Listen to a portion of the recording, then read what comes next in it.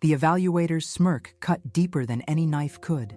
A slight twist of lips, nearly imperceptible to most, but to Officer Marcus Reynolds, it screamed volumes of predetermined judgment. The fluorescent lights of the K-9 certification facility cast harsh shadows across the testing floor, illuminating every imperfection, every doubt. His German shepherd, Ace, sensed it too. Ears forward, body tense, dark eyes locked on his handler's face. That silent communication between them, forged through 2 years of relentless training, spoke louder than the murmured commentary from the row of evaluators. "Let's see what you and your dog can do with the narcotics course, Reynolds," said Chief Evaluator Garrison, clipboard clutched against his chest like armor. His tone suggested he'd already written the results before the test began. "Though I must say, your preliminary scores are concerning." Marcus felt the weight of every eye in the room, fellow handlers, training staff, and the row of senior officers who'd come to observe the certifications. Some looked away when he sought their gaze. Others stared with that familiar mixture of curiosity and dismissal he'd grown accustomed to as the only black handler in the department's K-9 division. His fingers brushed against the weathered patch on his uniform sleeve, his father's NYPD patch gifted to him the day he graduated the academy. A talisman, a reminder, a promise. 5 minutes on the clock, announced Garrison, looking down at his stopwatch rather than at Marcus. Standard narcotics detection course. 5 hidden samples, varying difficulty. Handler interference results in automatic failure. Marcus knelt beside Ace, one hand resting lightly on the dog's powerful shoulder. He whispered, so low only Ace could hear, "Just like we practiced, boy. Show them what we know." He stood, squared his shoulders, and gave a single nod to signal readiness. The stopwatch clicked. Time began its merciless countdown. "Begin," said Garrison. What happened in the next 7 minutes would silence every doubtful voice in that room. Have you ever felt the crushing weight of someone's disbelief in you before you even had the chance to prove yourself? The suffocating certainty that no matter what you do, the verdict has already been decided? The narcotics detection course sprawled before them like a battlefield. Lockers, cabinets, containers, and furniture arranged in deliberate chaos to challenge even the most experienced K-9 teams. 5 narcotics samples hidden throughout, each more difficult than the last, with the added complication of distractor scents placed to confuse and misdirect. Marcus took a deep breath, released it, centered himself. "Seek," he commanded, his voice steady despite the thundering of his heart. Ace moved with fluid precision, nose working the air currents, body language transforming into the focused intensity of a working dog. This was their element. This was what they had trained for through countless hours in rain, snow, heat, and exhaustion.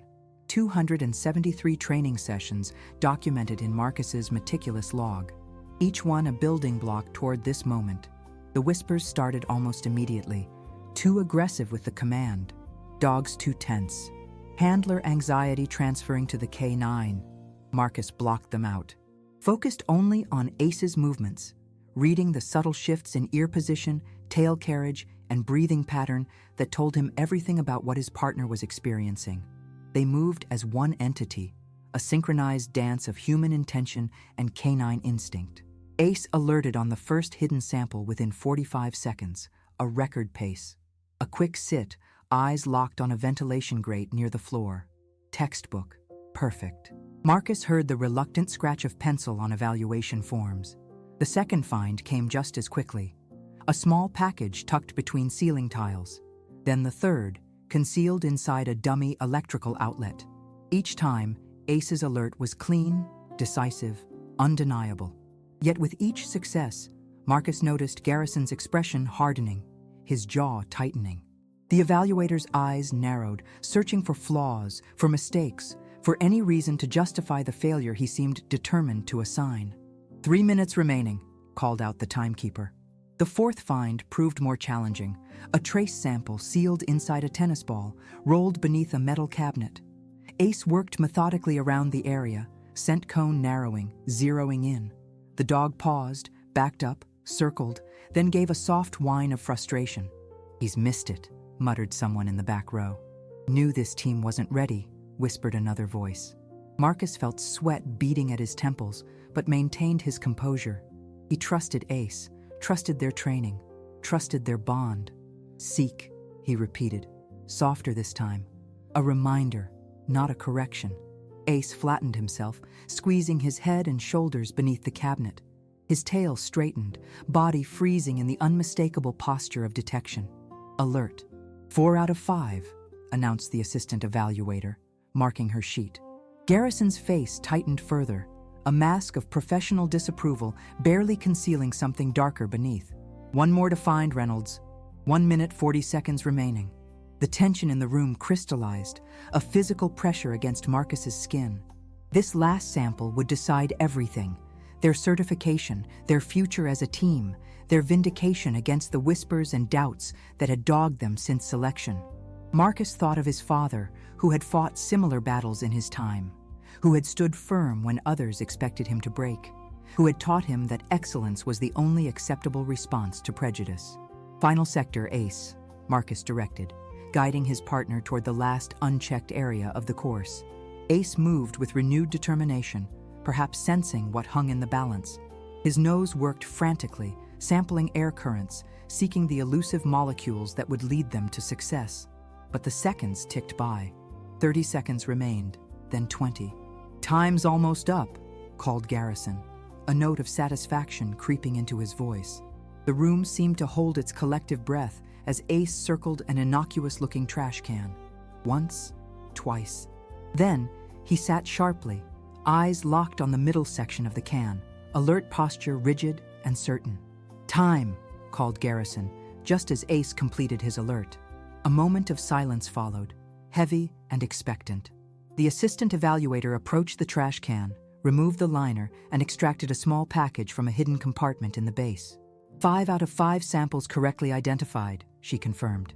A murmur rippled through the observers. 5 out of 5 was rare, even among veteran teams. For a rookie team to achieve a perfect score on detection, Garrison cleared his throat. The alert was incomplete at time expiration. The dog was still in motion when time was called. Marcus felt heat rising in his chest. "Sir, with respect, Ace was in full alert position before the call." "That's not what I observed, Officer Reynolds." Garrison's voice was ice. "And as head evaluator, my observation is what matters." In that moment, standing on the training floor with Ace pressed against his leg, Marcus faced a choice that would define not just this test, but his entire career path. Would you back down, or would you stand your ground when you know you're right? Silence fell across the training facility like a heavy blanket. The kind of silence that presses against eardrums and makes the smallest sounds, the scratch of a pen, the shift of weight from one foot to another, seem thunderous. Ace remained in perfect heel position, dark eyes shifting between his handler and the man who held their future in his hands. The dog's loyalty was a physical force, radiating upward through the lead to Marcus's palm. "I'm requesting video review," Marcus said, each word measured, controlled. "Facility protocol allows for review in disputed evaluations." Garrison's face flushed. "That won't be necessary. My ruling stands." From the observation area, a voice cut through the tension. "Protocol is protocol, Garrison." Lieutenant Rivera, head of the K-9 division, stepped forward. Her expression was unreadable, professional. If Officer Reynolds is requesting review, he's entitled to it. The wind shifted subtly. Power rebalanced. Garrison's lips pressed into a bloodless line. "Fine, review. It won't change the outcome." As they moved to the video monitoring station at the side of the facility, Marcus felt the weight of 27 years of preparation on his shoulders. 27 years since he'd first watched a K-9 demonstration as a child, his small hand clutching his father's larger one, eyes wide with wonder at the partnership between human and K-9. 27 years of dreaming, studying, training, and overcoming every obstacle placed in his path. Some fair, many not. The small screen flickered to life as the technician rewound the footage. Faces gathered close, breath held collectively as the final seconds of the test replayed in stark black and white. Ace approaching the trash can, circling once, twice. Then the unmistakable shift in posture, the sit beginning clearly before the timekeeper's mouth opened to call time. "Frame by frame," Rivera instructed. The evidence was irrefutable. Ace had completed his alert 0.8 seconds before time was called. Rivera turned to Garrison. The alert was valid, Chief Evaluator. A muscle jumped in Garrison's jaw. The dog's position was still shifting after initial contact. That's not a clean alert. That's not what the manual states, Marcus replied, pulling the K9 training handbook from his back pocket. The pages fell open to a section marked with a small tab. He'd studied every word, anticipated every potential issue. Section 4.3 defines alert as initial indicative posture signaling detection. Ace's sit began before time expired. Gazes shifted between the handbook, the frozen video frame, and the increasingly uncomfortable expression on Garrison's face. Even so, Garrison continued, reaching for another justification. Your handling was substandard. Too many verbal commands, too much reliance on the lead. Marcus kept his voice level. The log shows I issued 4 commands total during the 5-minute exercise. The manual allows for 6. The lead remained slack throughout, as video confirms. A different kind of silence settled over the group now, the silence of witnessing someone who had done their homework so thoroughly that no counter-argument could stand. Lieutenant Rivera cleared her throat. The evidence supports Officer Reynolds's position. The team successfully identified 5 out of 5 samples within the allotted time, with proper handling technique. She turned to Garrison. Unless you have specific documentation of handling errors that contravene the manual, I believe this team has passed the narcotics detection portion of certification. Garrison's knuckles whitened around his clipboard. This isn't just about technical requirements. It's about instinct, about reading a team's readiness, and my professional assessment should be based on measurable standards, Rivera interrupted, her tone final. That's why we have the manual, the video review, the multiple evaluators. She extended her hand toward the assistant evaluator. Your sheets, please. The assistant handed over her evaluation forms, which showed high marks across all categories. The contradiction to Garrison's assessment was stark and damning. In the corner of the room, Ace remained in perfect sit, his eyes never leaving Marcus. This was the dog that had been labeled too aggressive during selection. The dog that 3 trainers had suggested might be better paired with a more experienced handler, the department's code for not someone like you. The dog that Marcus had recognized something special in from the first moment, a mirror of his own determination, his own need to prove his worth in a world that started by underestimating him.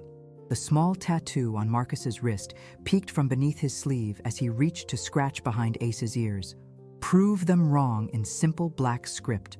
A mantra, a mission statement.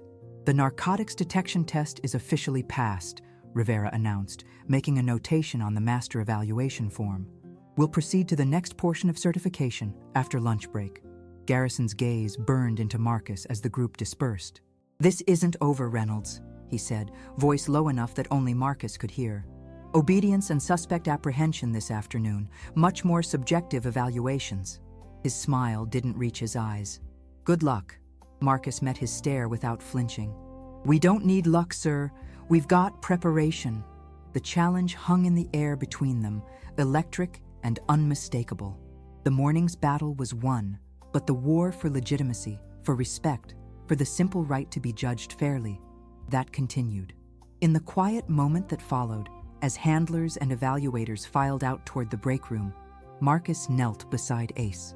The German shepherd's warm breath against his cheek centered him, reminded him why all this mattered. This wasn't just about a certification, or even just about justice. It was about the sacred trust between handler and dog, a bond that transcended prejudice, politics, and pettiness. Good boy, he whispered, feeling the solid weight of his partner leaning trustingly against him. We're just getting started. When faced with an obstacle that seems designed to make you fail, do you find another path around it, or do you rewrite the rules of engagement entirely? The department's break room hummed with subdued conversations that died down as Marcus entered, Ace at his heel. 20 pairs of eyes tracked their movement across the linoleum floor to the water cooler. 20 mouths suddenly found their coffee cups fascinating. The silence spoke volumes about the morning's confrontation and the unexpected outcome. Marcus filled a paper cup with water, his movements deliberate, unhurried. He poured another into a portable dog bowl for Ace. They had earned this moment of hydration, this small respite before the afternoon's trials. Every eye in the room watched as man and dog drank in perfect synchronization, neither rushing, neither apologizing for taking up space. Officer Diaz was the first to approach, extending a fist for a bump. That was some textbook handling in there, Reynolds. 5 for 5. Thanks. Marcus accepted the gesture, noting the others watching this interaction, gauging how to respond. Been on K9 detail 8 years, Diaz continued. Never seen a rookie team hit all 5 that fast. Your dog's got a hell of a nose. Pride warmed Marcus's chest. He does, but it's more than that. It's his drive, his focus. He doesn't quit. Like handler, like dog, said a voice from behind. Officer Chen, a veteran handler whose opinion carried weight, had joined them. Garrison's been doing this 20 years. Never seen anyone challenge him on a ruling before. There was something like respect in her eyes. Took guts. Marcus shrugged, though inside validation from Chen felt like winning another battle. Took preparation, and knowing the rules better than the person trying to use them against you. A truth learned early, reinforced often throughout his career. More handlers drifted over, the ice broken. Questions about training techniques, comments on Ace's structure and temperament. Normal shop talk that had been noticeably absent during Marcus's 6 months in the unit. This sudden inclusion, this tentative acceptance, tasted bittersweet. Why did excellence have to be so overwhelming, so undeniable, before the door cracked open? Lieutenant Rivera entered, her presence commanding immediate attention. 15 minutes to the obedience and apprehension evaluations. Handlers up first. McKinnon, Alvarez, Reynolds, Chen. Marcus caught the significance immediately. Third in the rotation. Not first, where nerves might be highest, and not last, where fatigue would be a factor. A neutral position. Fair. He met Rivera's gaze and gave a slight nod of acknowledgement. She returned it almost imperceptibly before turning away. Small victories, accumulated over time, building toward something larger. As the handlers filed out toward the training field, Marcus felt a hand on his shoulder. He turned to find Sergeant Washington, the department's only other black officer above patrol rank, and a 20-year veteran who'd fought his own battles for recognition. "Walk with me a minute," Washington said. They stepped away from the group, finding a quiet corner of the hallway. Ace settled at Marcus's feet, ever vigilant, ever attuned to his handler's emotional state. "Garrison's going to throw everything at you this afternoon," Washington said without preamble. "He's been embarrassed, and men like him don't take that well. He'll be looking for any reason, any technicality." I know. Marcus had expected nothing less. The apprehension scenarios, they're subjective by design. Evaluators have latitude on what constitutes appropriate force, appropriate control. Washington's eyes, lined with years of witnessing departmental politics, held Marcus's steadily. Be perfect, and then be better than perfect. Always have been, Marcus replied. It wasn't arrogance, just a simple statement of the reality he'd lived with since the academy. Good enough never was. Not for him. Washington nodded, understanding flowing between them that required no further words. Then he reached into his pocket and withdrew something small that glinted in the fluorescent light. "This was my father's," he said, placing it in Marcus's palm. He was Buffalo PD, K9 unit, back when they were using dogs for all the wrong reasons during the civil rights era. Changed it from within. Taught those dogs to protect everyone, not just some. His voice roughened with emotion. Carried this through 30 years of service. It saw him through. Marcus opened his hand to reveal a small, worn pin, a K9 insignia from an earlier era, tarnished by time and wear, but still dignified, still powerful. "I can't take this," he began. "You're not keeping it," Washington cut him off with a small smile. "Just borrowing its luck for the afternoon. Besides," he glanced down at Ace, "that dog of yours deserves to have all the good history with him when he goes out there and makes some new history today."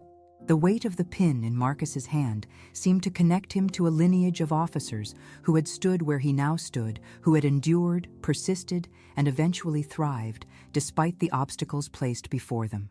Men who had made it possible for him to be here, in this hallway, with this dog, fighting this particular fight. Marcus carefully pinned it to the inside of his uniform shirt, hidden from view, but present. A silent witness. A reminder. "Thank you, Sergeant." Washington clapped him on the shoulder. "Just remember, they're watching you, but others are watching them too. Do it right, do it by the book, and let the chips fall."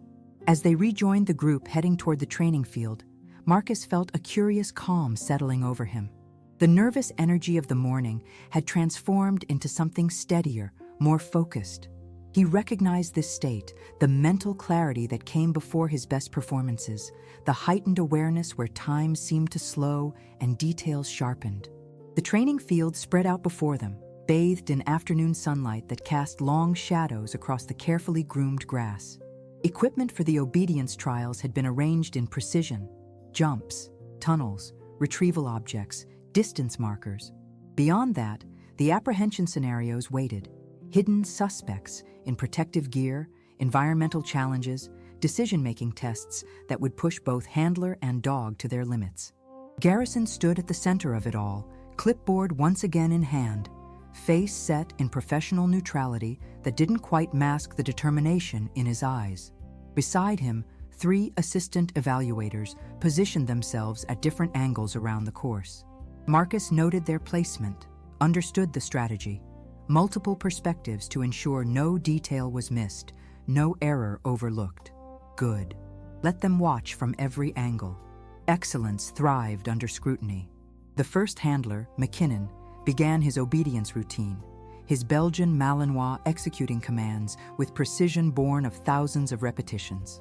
Marcus observed critically, noting the subtle communication between handler and dog, the slight tells that revealed their strengths and weaknesses as a team. Beside him, Ace remained perfectly still, energy coiled and contained, waiting. His ears swiveled, tracking movements across the field, but his body remained locked in position next to Marcus's left leg. The perfect healing position maintained without command, a testament to their training, to the hours spent building invisible bonds of communication and trust. "Reynolds," Chen's voice was low beside him. "Whatever happens out there, you've already changed things. You know that, right?" He turned to her, surprised by the comment from the usually reserved veteran. She shrugged at his questioning look. "Been here 12 years, seen how the game is played, seen who gets the benefit of the doubt and who doesn't." Her eyes flicked toward Garrison, then back to Marcus. "Just saying, win or lose today, you've put them on notice. Standards have to be standards. For everyone." Marcus nodded, understanding the significance of her words, of this moment of solidarity. "Thanks, Chen." "McKinnon, excellent work," called Rivera as the first handler completed his routine. "Alvarez, you're up." One step closer to their turn. Marcus knelt beside Ace, bringing their faces level, entering that intimate space of communication that existed only between them. The dog's dark eyes fixed on his, unwavering, trusting, ready. "Remember when we started?" Marcus whispered. "Everyone said you were too much dog for me, too strong-willed, too independent." He scratched behind the shepherd's ears, felt the familiar texture of fur beneath his fingertips. "They didn't understand that's exactly why we fit." Ace's tail swept once across the grass. Acknowledgement, agreement. "Showtime soon, partner," Marcus continued, voice barely audible. "Just like we practiced. One command, one response. Perfect timing, perfect trust." In that moment of communion between handler and dog, surrounded by the apparatus of evaluation and judgment, Marcus felt something settle inside him, a rightness, a certainty. They belonged here. They had earned their place. And no clipboard, no skeptical gaze, no rigged system could take that truth away from them. "Reynolds," Rivera's voice cut through his thoughts. "On deck, 5 minutes." Marcus stood, Ace rising in perfect synchronization beside him. He rolled his shoulders, loosening tension, and felt the small weight of Washington's pin against his chest, the accumulated history, struggle, and triumph of those who had walked this path before him. "Ready, Ace?" he asked. The shepherd's posture shifted subtly, head higher, eyes brighter, body humming with controlled energy. "Ready." Have you ever faced a moment where you knew eyes were watching, waiting for you to fail, and felt not fear, but a calm certainty that you were built for exactly this challenge? The obedience course stretched before them like a gauntlet of precise challenges, each designed to test different aspects of the handler-dog relationship. Distance control, recall under distraction, retrieval discrimination, directional commands. Each element a building block of the complex language developed between human and canine, a language built on thousands of hours of repetition, correction, and reward. Officer Reynolds and Canine Ace, announced the timekeeper. Obedience evaluation beginning now. Marcus took position at the starting point, Ace seated perfectly at his left side. He raised his hand to signal readiness, then lowered it to his side. The movement was fluid, confident. Nothing in his posture betrayed the knowledge that Garrison's eyes were drilling into him from the evaluator's station, searching for the slightest imperfection. "Forward," Marcus commanded, voice pitched at exactly the level they'd practiced. Not too loud, which would indicate nervousness. Not too soft, which would suggest uncertainty. Ace moved with him, shoulder aligned precisely with Marcus's left knee, gaze focused ahead, the leash hanging in a perfect J shape between them. Not too tight, not too loose. Textbook. They executed the basic heeling pattern flawlessly. Left turns, right turns, about face, changes of pace from fast to slow. Each movement synchronized as though handler and dog were connected by invisible threads, anticipating each other's shifts in weight, direction, intention. This was the foundation upon which everything else was built, this fundamental communication, this harmony of purpose. At the first station, Marcus removed Ace's lead, maintaining eye contact as he coiled it and placed it in his pocket. "Stay," he commanded, backing away step by step, maintaining the invisible connection between them. 20 feet, 30, 40. Ace remained motionless, a statue of black and tan against the green of the training field, eyes never leaving his handler's face. Marcus raised his right hand for the first distance command. "Down." Ace dropped instantly, smoothly, belly touching grass without hesitation. "Sit." The shepherd rose to sitting position in one fluid motion. "Stand." Another perfect transition, Ace now at attention, body aligned, head high. From the corner of his eye, Marcus caught the assistant evaluator making notes, saw the slight nod of approval. One element completed successfully. Many more to go. "Ace, come," Marcus called, adding a hand signal that swept upward from his side. The shepherd launched forward, covering the distance between them with powerful strides, then circling to finish in perfect heel position, seated at Marcus's left side, looking up expectantly for the next command. "Good boy," Marcus whispered, the words barely audible, a private communication between them. They moved through the course with methodical precision. The retrieve exercises, wooden dumbbells of different sizes placed at varying distances, identified by specific commands. The directed jumping, sending Ace over specific obstacles based on hand signals alone. The scent discrimination, finding the one article touched by Marcus among identical items handled by others. With each successful element, Marcus felt a shift in the energy around the field. The whispered conversations among observing handlers grew more animated. The assistant evaluator's note-taking became more focused, more intent. Even Rivera's typically impassive expression had softened into something that, if not quite approval, at least approached respect. Only Garrison's face remained stone, eyes narrowed, body language closed and resistant. The man had positioned himself at the most challenging station, the food refusal test, where Ace would need to demonstrate his ability to ignore even the most tempting distractions. As they approached, Marcus felt Ace's attention sharpen. The dog had spotted the array of items laid out on a low table: cooked meat, cheese, a dog toy oozing with scent attractants. His nostrils flared slightly, taking in the tempting aromas, but his position never wavered. "Heel," Marcus reminded softly, receiving an almost imperceptible ear flick in response. "I'm with you. I'm focused." They halted before the table. Garrison stepped forward, clipboard under his arm, eyes coldly assessing. "Officer Reynolds, this exercise tests your K9's discipline and your control," he stated, voice carrying across the now silent field.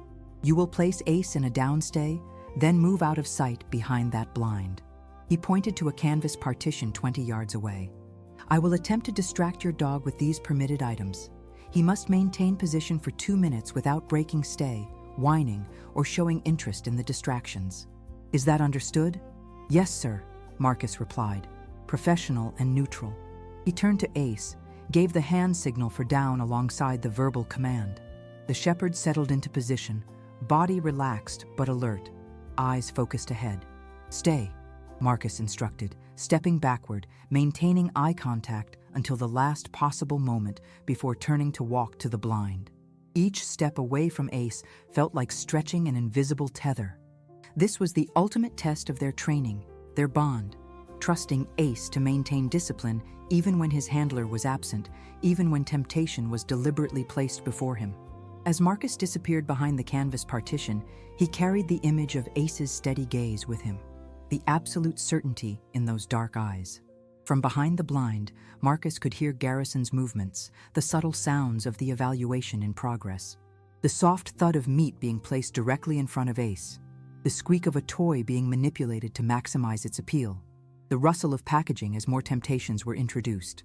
Seconds stretched into eternity. Marcus forced himself to breathe evenly, to project calm through the invisible connection that still linked him to his partner. He had trained for this. They had practiced this scenario in parks, in shopping centers, near schoolyards with children playing. Ace knew what was expected. Ace would not fail him. 1 minute remaining, called the timekeeper. More sounds from beyond the blind.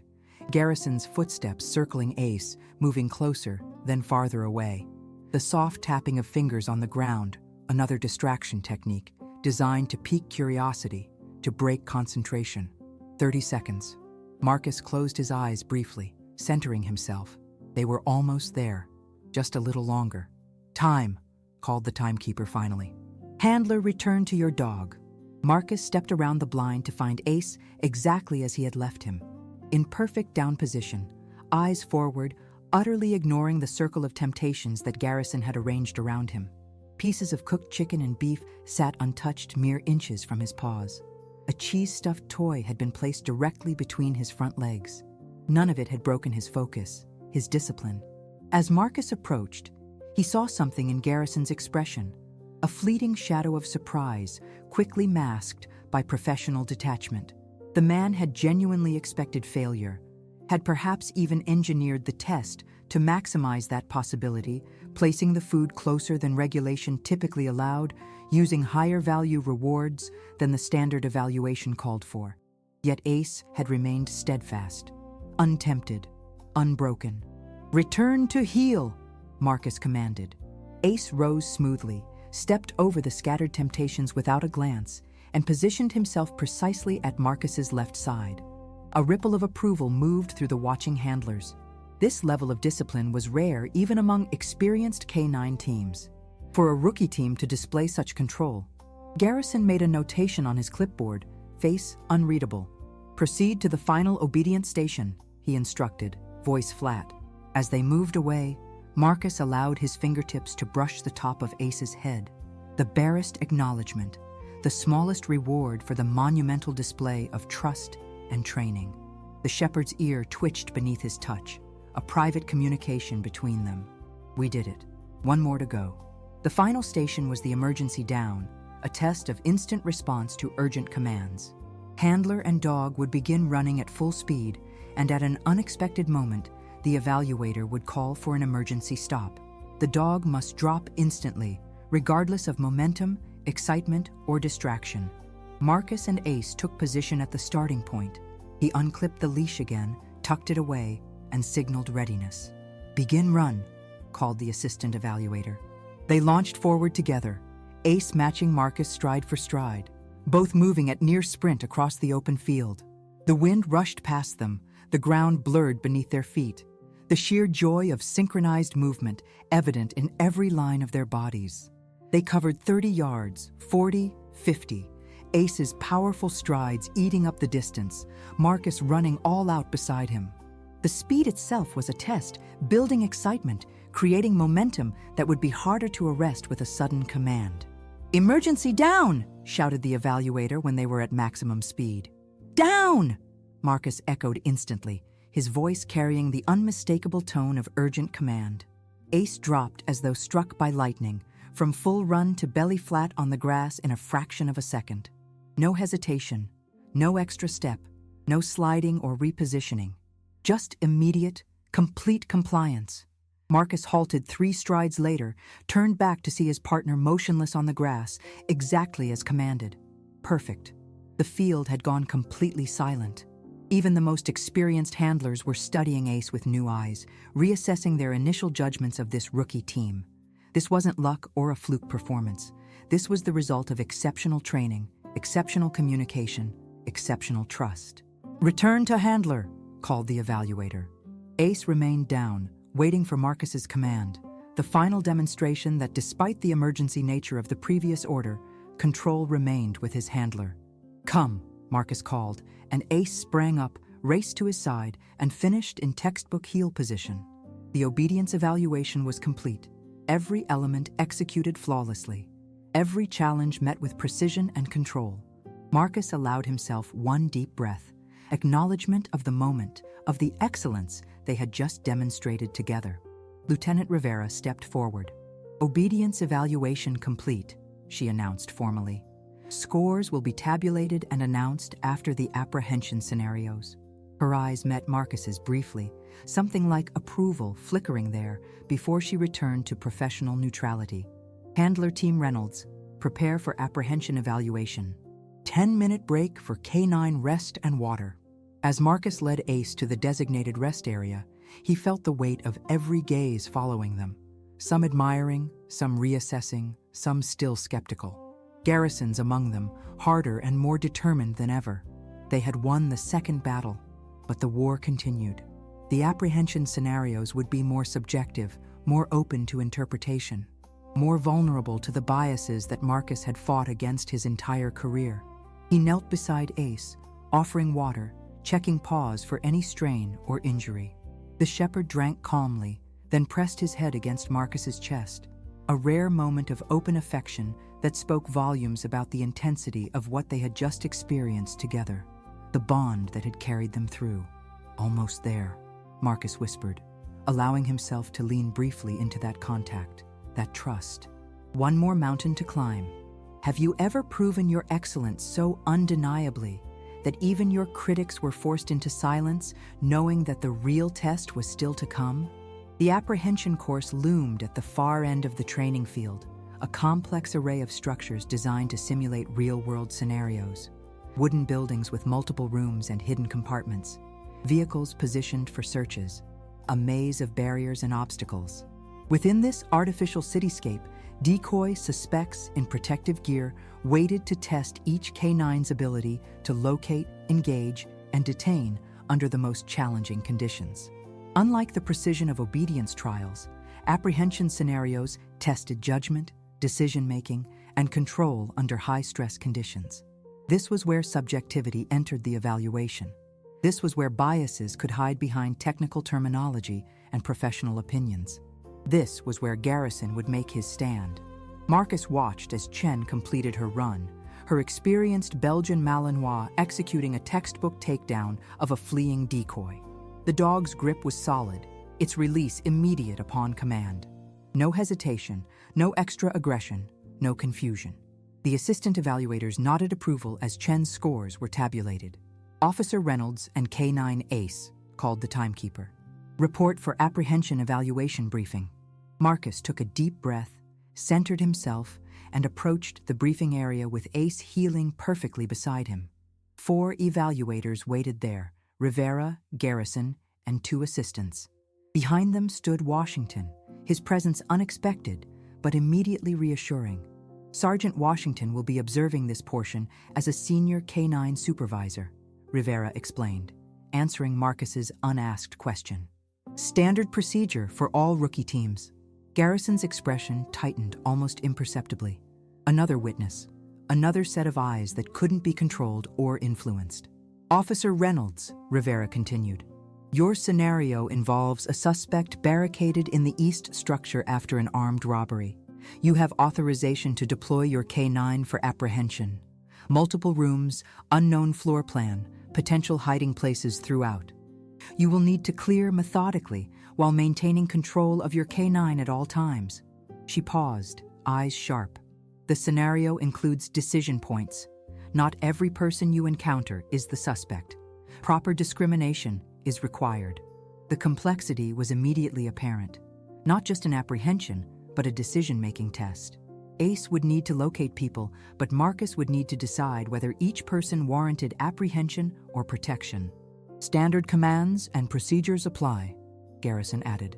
Any excessive force, improper engagement, or failure to maintain control results in immediate failure. The edge in his voice was subtle, but unmistakable. Here was the trap, carefully laid. In the heat of the search, with adrenaline running high, one misstep, one momentary loss of perfect control, and Garrison would have his justification. You have 8 minutes to complete the scenario once entry is made, Rivera concluded. Questions? No, ma'am, Marcus replied. Clear on all parameters. Proceed to the starting point and await the signal. As Marcus moved toward the entrance of the east structure, he felt Washington fall into step beside him for a few paces. Keep your commands clean and consistent, the sergeant advised quietly. Garrison's watching for any hint of confusion in the dog's response time. Any hesitation? Understood, Marcus replied. We've got this. Washington nodded, then added, one more thing. There's a surprise in there. Something not in the standard scenario. His eyes met Marcus's briefly. Trust your instincts, not just the textbook. Before Marcus could ask for clarification, Washington peeled away, rejoining the evaluation team. The cryptic warning echoed in Marcus's mind as he approached the starting position. A surprise, a deviation from standard testing, something designed to trip them up, or perhaps to truly test their capabilities beyond the expected.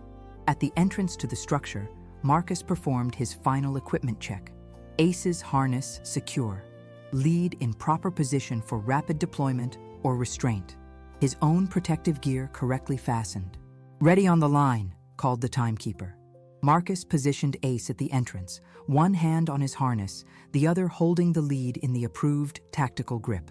The shepherd's body hummed with controlled energy, senses already engaging with the scenario before them, ears swiveling to catch sounds from within, nostrils flaring to sample the air currents carrying human scent. Scenario begins in 3, 2, 1, go! Marcus released the lead to its full tactical length. Ace, search, he commanded, voice carrying the distinctive tone that signaled they were working, not training.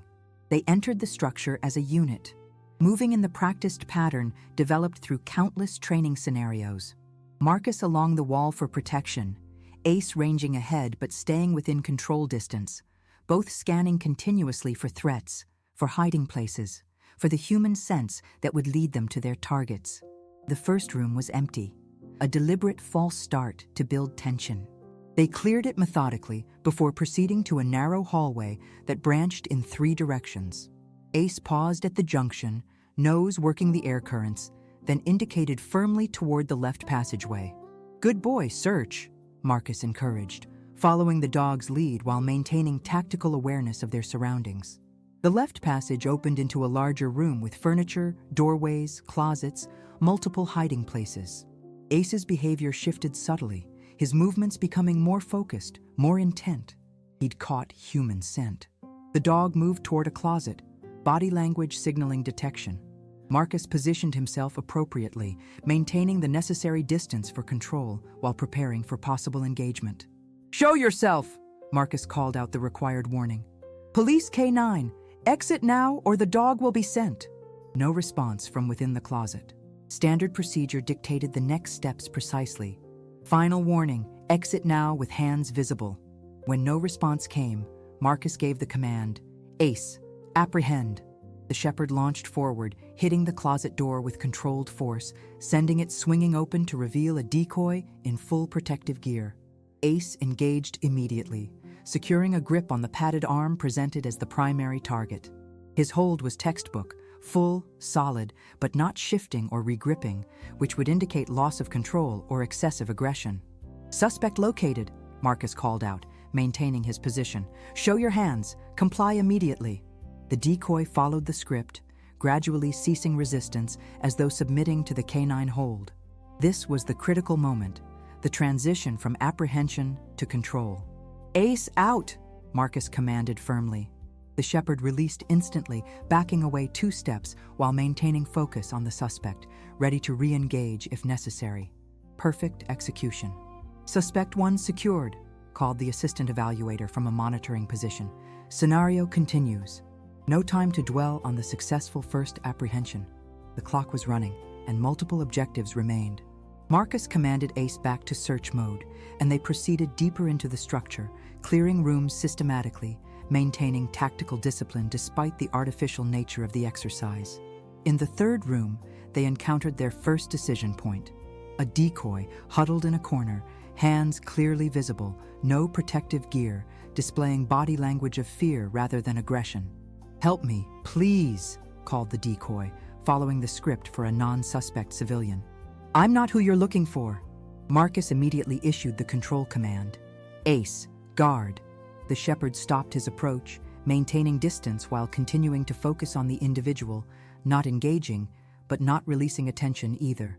Ready for whatever command would follow, based on Marcus's assessment. "Stay where you are. Keep your hands visible," Marcus instructed the decoy. "Are you injured? Are there others in the building?" The scripted interaction continued briefly, with Marcus gathering the required information while maintaining control of Ace and tactical awareness of their surroundings. Once complete, they moved on, leaving the civilian in place.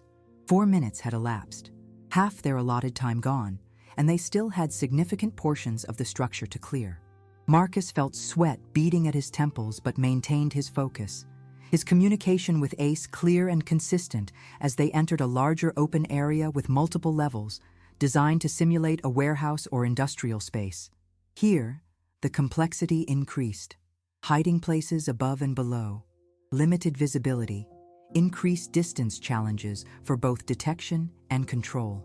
This would be where Garrison expected them to falter, where the pressure of time constraints and environmental challenges might cause commands to become rushed or confused, where Ace's discipline might waver.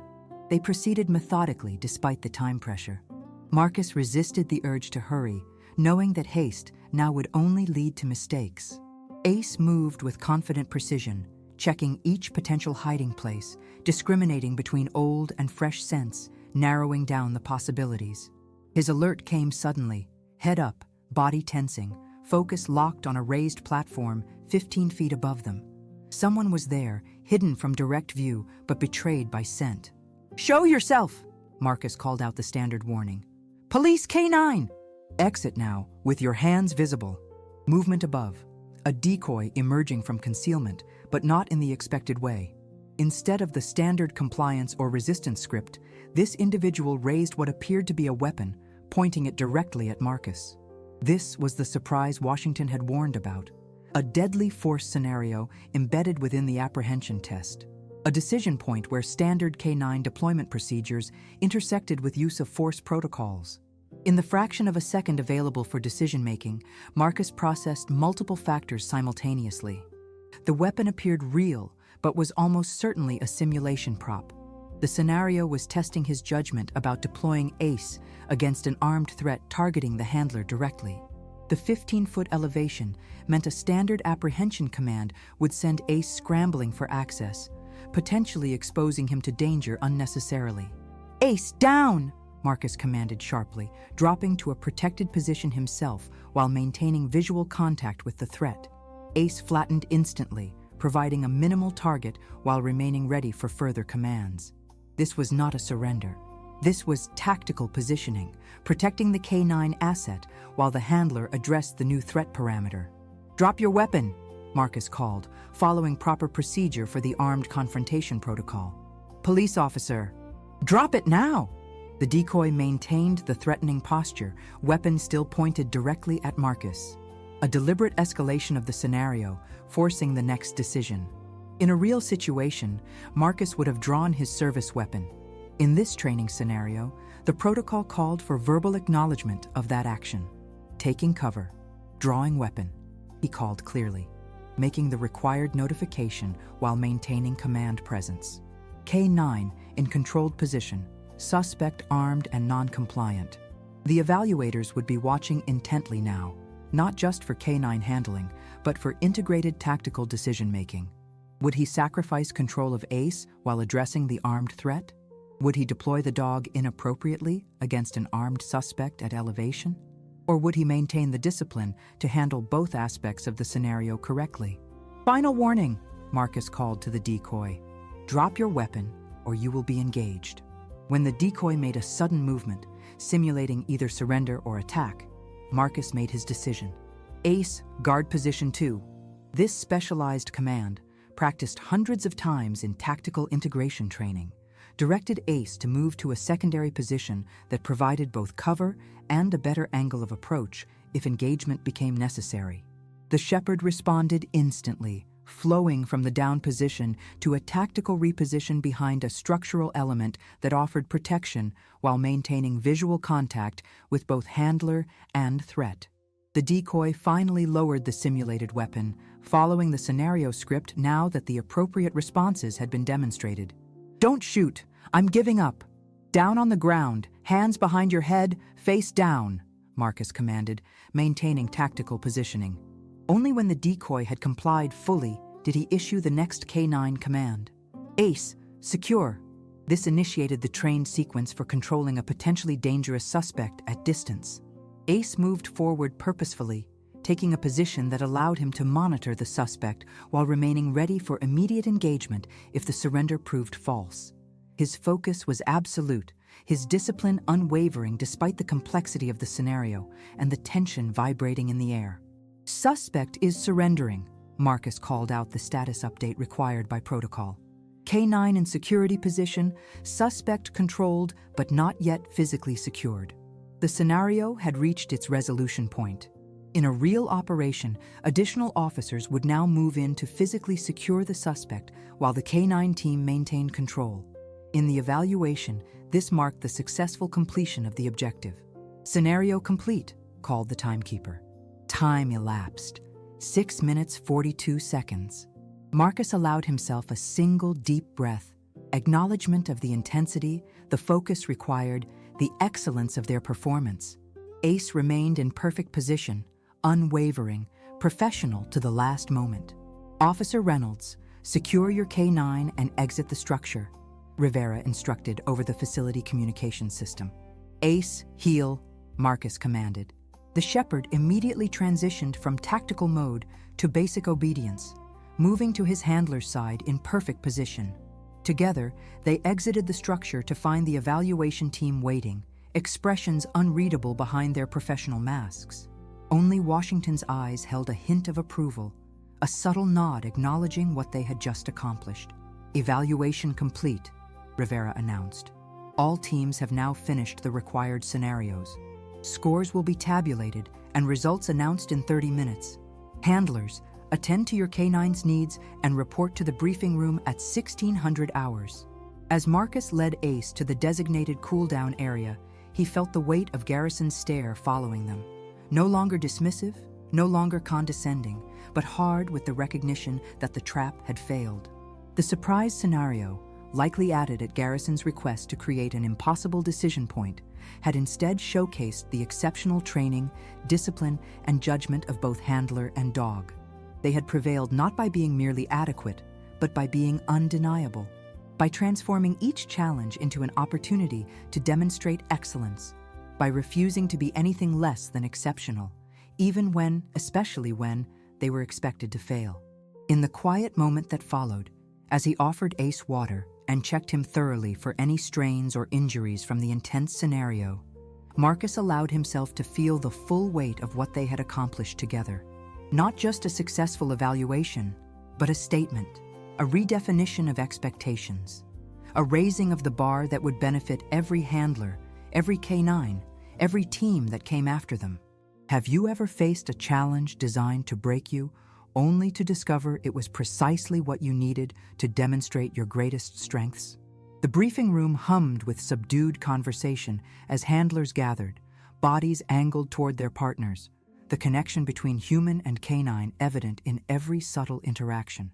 Ace lay at Marcus's feet, positioned precisely where he could maintain eye contact, respond instantly to the smallest command. Even in rest, their partnership remained active, alive with silent communication. Lieutenant Rivera entered, followed by the evaluation team. The room fell silent immediately. Garrison took position slightly behind Rivera, clipboard clutched against his chest like armor, face set in professional neutrality that couldn't quite mask the tension beneath. "Officers," Rivera began, voice carrying the weight of official pronouncement. "The K-9 certification evaluations are complete. All scores have been tabulated and verified by multiple evaluators." Marcus felt his heartbeat steady and strong, neither racing nor faltering. This moment, this culmination of years of work, sacrifice, and determination, deserved to be experienced fully, consciously, with clear mind and open senses. "Before announcing results," Rivera continued, "I want to acknowledge the exceptional level of performance demonstrated across all teams today. Our department's K-9 unit continues to maintain standards that exceed regional and national benchmarks. Standard preamble, expected praise."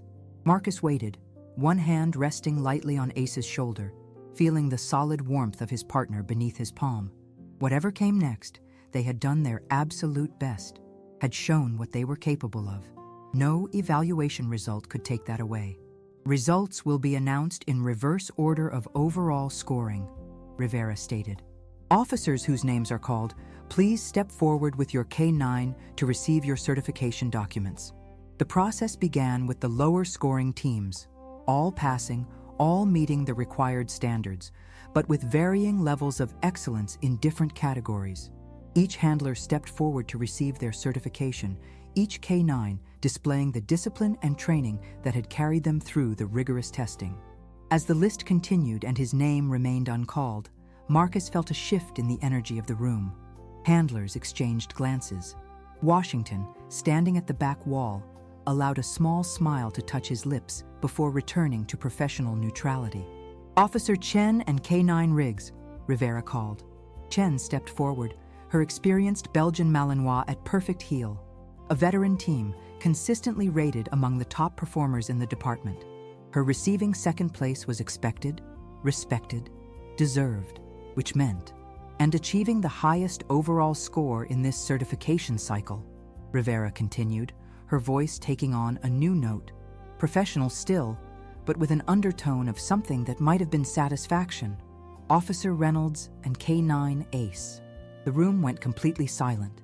Even breathing seemed suspended for that infinite moment. Marcus felt the weight of every eye upon him, some surprised, some approving, some reassessing everything they'd previously believed about rookie handlers, about diversity in specialized units, about who belonged where. He rose smoothly, Ace moving in perfect synchronization, and stepped forward to receive the certification documents. Rivera handed them over with a nod that communicated more than words could in that setting: acknowledgement, approval, perhaps even the beginning of respect. "Officer Reynolds," she stated formally, "your team achieved the highest scores in department history for a rookie K-9 unit, 97.8% overall, with perfect scores in obedience and tactical integration." The murmur that swept through the room confirmed what Marcus had already understood. This wasn't just success, it was record-breaking excellence. Undeniable, inarguable proof of what he and Ace were capable of. "Congratulations," Rivera concluded, extending her hand. As Marcus shook it, he caught sight of Garrison over Rivera's shoulder. The chief evaluator's face had gone rigid, a muscle jumping in his jaw, hands clutching the clipboard so tightly his knuckles had whitened. The man's eyes met Marcus's for one electric moment. Frustration, disbelief, and something that might eventually, reluctantly, evolve into respect. "Thank you, Lieutenant," Marcus replied, voice steady and professional. No triumphant display, no celebration, no visible reaction that could be interpreted as anything other than appropriate professional acknowledgement. Excellence didn't need to announce itself. Results spoke louder than any demonstration could. "All certified teams will receive their assignment rotations by end of week," Rivera addressed the room. "Dismissed." As handlers filed out, many paused to offer congratulations, some with genuine warmth, others with the cautious respect of competitors acknowledging superior performance. Chen stopped beside him, her expression thoughtful. "Well done, Reynolds," she said simply. "You two are the real thing." Coming from her, with her years of experience and consistently high standards, the words carried weight beyond their simplicity. "Appreciate that," Marcus replied. "Your run was textbook. Riggs is something special." She nodded acknowledgement, professional respect flowing between them, then moved on. Others followed, brief exchanges, handshakes, nods of recognition.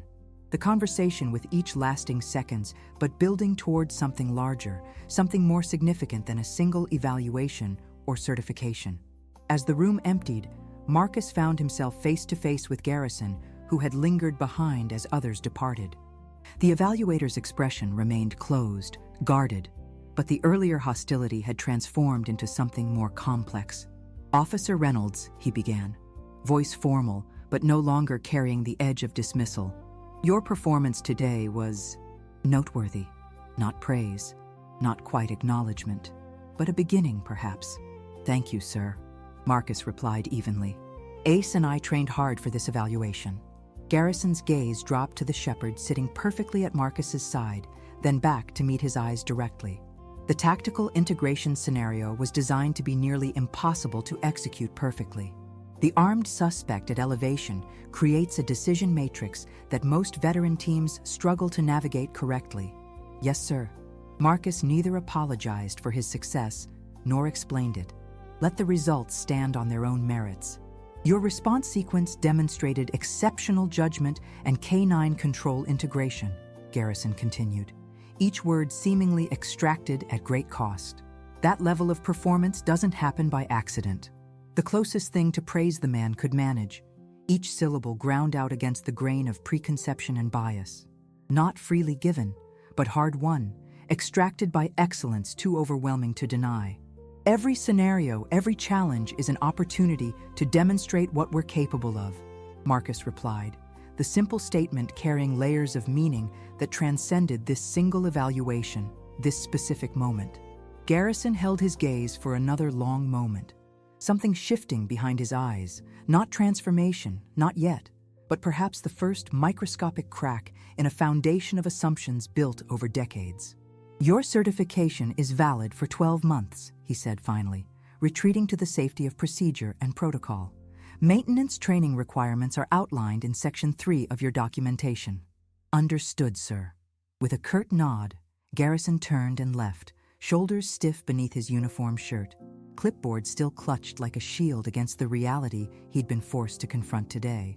As the door closed behind him, leaving Marcus and Ace alone in the briefing room, Washington entered from a side door as though he'd been waiting for precisely this moment.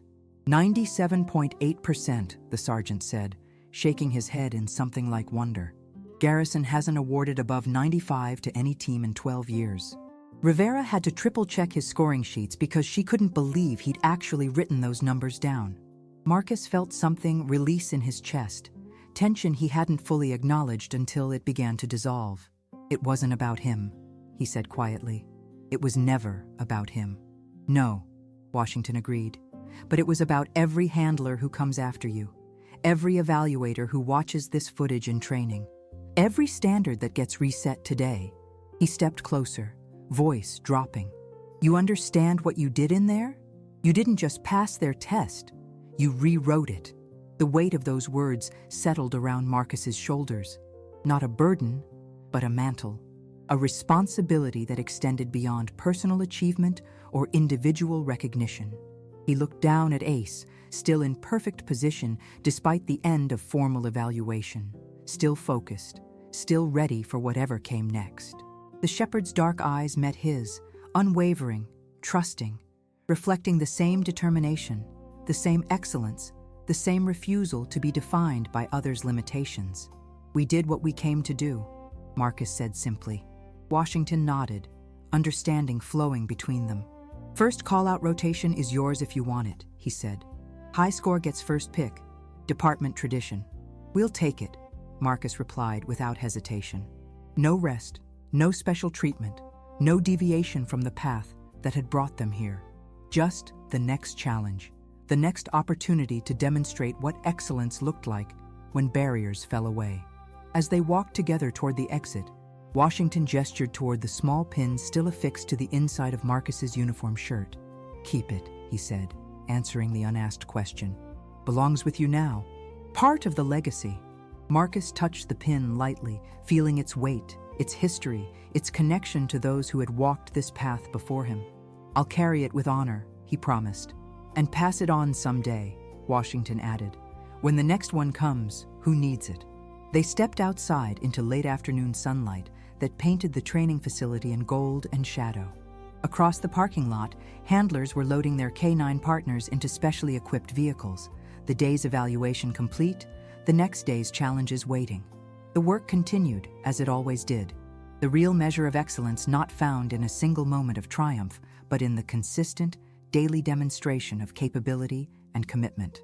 Ace moved beside him, step for step, a living embodiment of everything they had built together. Trust, communication, respect, partnership. Not a tool or a weapon, but a teammate. Not a subordinate, but an equal contributor to their shared mission. In the silence that fell between them, Marcus felt the culmination of countless hours of training, of doubt overcome, of barriers shattered, of expectations defied. Not an ending, but a beginning. Not arrival, but departure toward something even greater. "Ready, Ace?" he asked softly.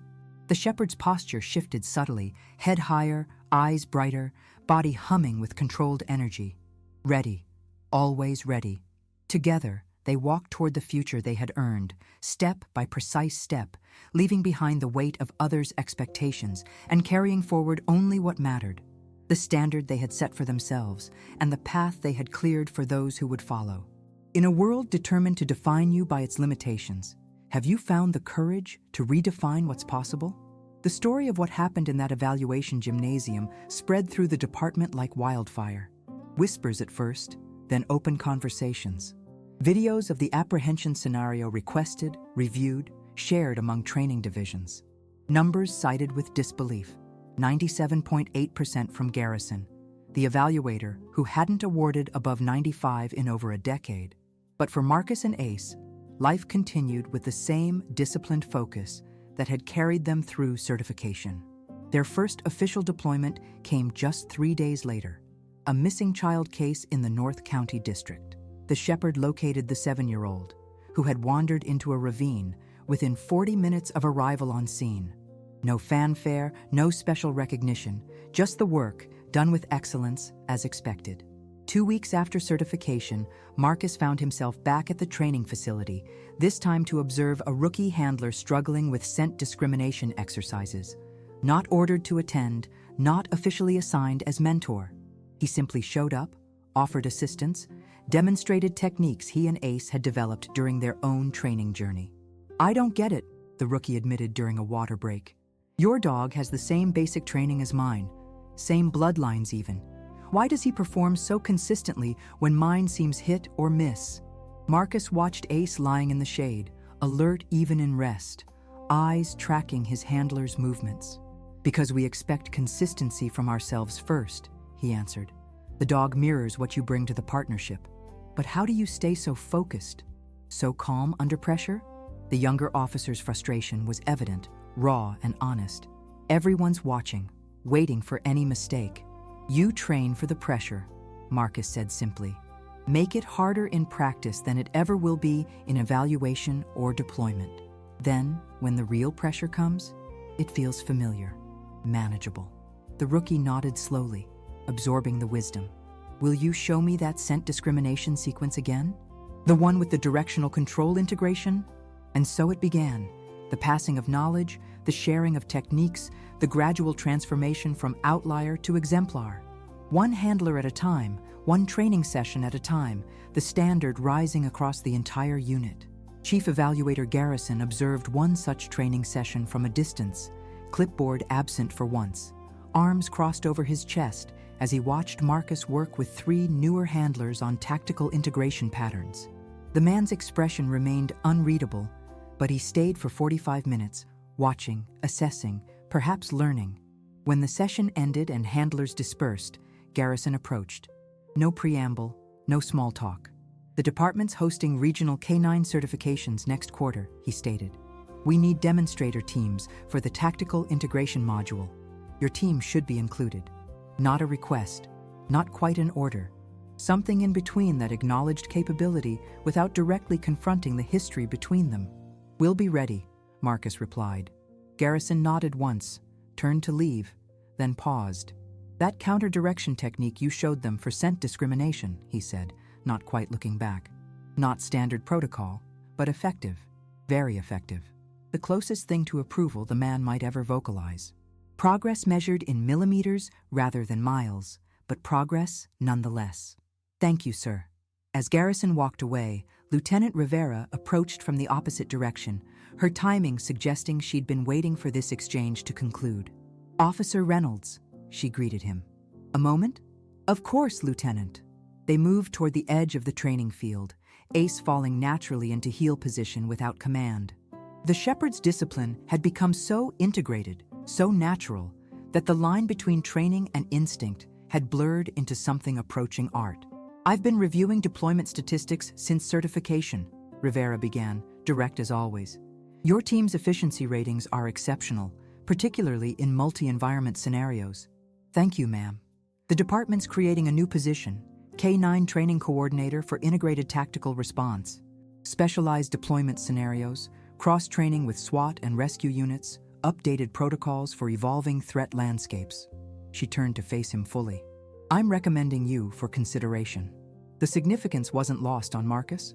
Such positions typically went to handlers with years of experience, multiple certifications, established reputations, not to officers less than a year into K-9 division assignment. That's an honor, Lieutenant. But there are more experienced handlers who... Experience isn't always the same as innovation, she interrupted. Or excellence. Her gaze dropped briefly to Ace, then back to Marcus. Some handlers have 10 years of experience. Others have 1 year of experience repeated 10 times. I know which category you fall into. The assessment was clear, direct, and matched Marcus's own understanding of excellence, not as a destination reached once, but as a continuous process of refinement, improvement, and elevation. If selected, Rivera continued, you'd be working directly with multiple divisions, designing integrated response protocols, setting new standards for deployment efficiency. Her eyes held his steadily, creating the future of the unit, not just maintaining its present. The opportunity laid before him was more than a promotion or recognition. It was a platform for transformation, for embedding the standards of excellence he and Ace had demonstrated into the structural DNA of the department's operations, for ensuring that what they had achieved wouldn't remain an exception, but would become the new benchmark. I'd be honored to be considered, Marcus replied, the simplicity of his response belying the depth of his commitment to what such a position could accomplish. Rivera nodded, satisfied. Recommendation goes in this week. Selection committee convenes next month. She started to turn away, then added, Sergeant Washington speaks highly of your training methods, as do the handlers you've been mentoring. The quiet acknowledgement that his contributions had been noticed, valued, integrated into the unit's evolution even before any official capacity had been established. As Rivera departed, Marcus knelt beside Ace, bringing their faces level, entering that intimate space of communication that existed only between them. The shepherd's dark eyes fixed on his, unwavering, reflecting the journey they had traveled together and the path still unfolding before them. We've got work to do, Marcus said softly, the words meant for his partner alone. Important work. Ace's ears pricked forward, his focus absolute. The same dedication, the same excellence that had carried them through certification now directed toward whatever challenges lay ahead. Not exceptional anymore, but expected. Not surprising, but standard. Later that afternoon, as they completed their patrol shift and headed back toward headquarters, a call came over the radio. Possible suspect in a recent armed robbery spotted near the Harbor District. K-9 unit requested for perimeter security and potential apprehension. K-9-1 responding, Marcus transmitted, already adjusting his route. ETA 6 minutes. In the secured compartment behind him, Ace shifted to alert status, sensing the change in their mission, ready as always to demonstrate the capabilities that had silenced doubters and rewritten expectations. The sun was setting over the harbor as they arrived, painting the water in shades of fire and shadow. Patrol officers had established a loose perimeter around a warehouse complex, but the vastness of the area and the multitude of hiding places made traditional search patterns ineffective. The perfect scenario for a K-9 team trained in tactical integration and environmental adaptation. As Marcus released Ace from the vehicle, he felt the familiar calm settling over him. The clarity of purpose, the confidence born of preparation, the partnership forged through countless hours of shared work and mutual trust. "Officer Reynolds," called the incident commander, relief evident in his voice as he approached. "Glad you responded.